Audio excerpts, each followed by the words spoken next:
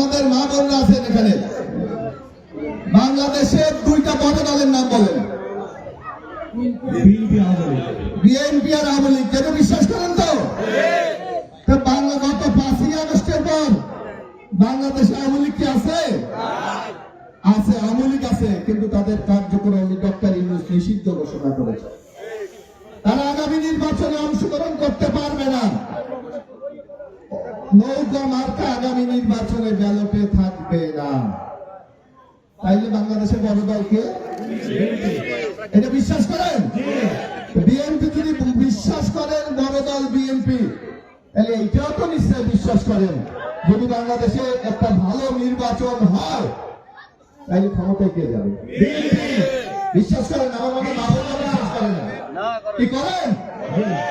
যেই দলটা ক্ষমতায় যাবে এটা আপনি বিশ্বাস করেন। আগামী দিনে যদি আপনি অনেক কথা বলেছে আমাদের নেতৃবৃন্দ, রাস্তা লাগবে, কারো বাদ লাগবে, বাচ্চারা স্কুলে যায়, বিল্ডিং লাগবে, আপনার যার মারার পর। সুতরাং চিন্তা মানে একটা নিরাপদ আছেন এটা ভাবার কোনো কারণ নাই। কারণ আমরা বিএনপি বলেছি আগামীতে যত নির্বাচন হবে সকল নির্বাচন হবে নিরপেক্ষ সরকারের অধীনে। বাংলাদেশের ইতিহাসের দিকে একটু তাকান। 91 সালে নিরপেক্ষ নির্বাচনে বাংলাদেশের মানুষ সুযোগ পেয়েছে, বিএনপিকে ক্ষমতায় নিয়েছে। 96 সালে আবার একটা নিরপেক্ষ নির্বাচন হয়েছে, আওয়ামী লীগকে ক্ষমতায় নিয়েছে। আবার আওয়ামী লীগ প্রত্যাশা পূরণ করতে পারে নাই, 2001 সালের নির্বাচনে আবার কিন্তু বিএনপিকে ক্ষমতায় দিয়েছে। আবার 8 সালের নির্বাচনে আওয়ামী লীগ ক্ষমতায় গেছে। অর্থাৎ ক্ষমতায় থেকে যদি আপনি মানুষের উপর খবরদারি করেন, মনে করেন আপনি রাষ্ট্রের মালিক, ওই একদিনের জন্য কিন্তু জনগণ রাষ্ট্রের মালিক, একদিনের জন্য কিন্তু সে শক্তিশালী ক্ষমতাশালী। যদি আপনি অন্যায় করেন, অবিচার করেন, এই 12ই ফেব্রুয়ারি একদিন আসবে না, 5 বছর পর পর কিন্তু এই 12ই ফেব্রুয়ারি আবার আসবে। তখন কিন্তু আপনাকে আবার উচিত শিক্ষা দিয়ে দেবে, অর্থাৎ জনগণ আপনাকে প্রত্যাখ্যান করবে। তাই আপনাদেরকে আমি এই জনগণকে ক্ষমতায়ন করেছে বিএনপি। আগামীতে সকল নির্বাচনে আপনারা নিরপেক্ষ সরকারের অধীনে নির্বাচন হবে, আপনারা আপনাদের মতামত দিতে পারবেন। সুতরাং কেউ যদি আপনার উপর অত্যাচার নির্যাতন করে তার পরিণামটা কিন্তু ভয়াবহ হবে, এটা আমরা ভালো করে বুঝতে পারবো। আমি আর কথা বেশি বাড়াবো না। আপনাদের এখানে যত বাংলাদেশের রঙ্গবলী কলাপাড়ার এবং মৌলভী সহ অত্যানুপর্যায় নিজে আওয়ামী লীগ আছে, নিজে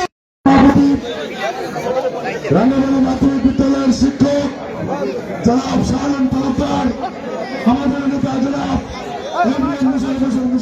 আত্মীয় সহযোগী করার জন্য বিএনপিতে যোগদান করছেন, বরণ করে নিন।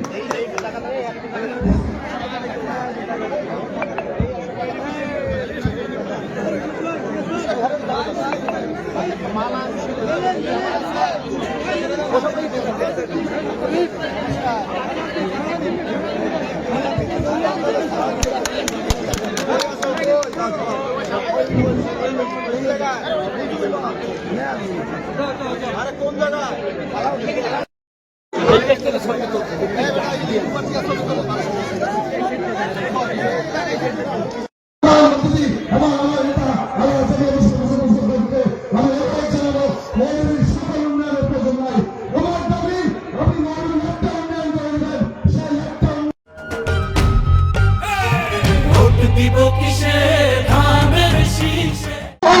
যেসব আওয়ামী লীগের ভয়াবহ হচ্ছেন, আমি আপনাদেরকে উদ্দেশ্য করে আমি প্রথম কথা বলতে চাই, গত 5 তারিখ যে কোনো কারণে আমরা ব্যাখ্যায় যাব না, আওয়ামী লীগ সরকারের পতন হয়েছে, শেখ হাসিনা বাংলাদেশ থেকে সরে গিয়েছেন। আমরা আমার নেতা জনাব মোশাররফ ভাই 5 তারিখ আমাকে এবং আমি লড়াই মাত্রা কামনা করছি বাংলাদেশের মহান স্বাধীনতার ঘোষক, বাংলাদেশ জাতীয়তাবাদী দলের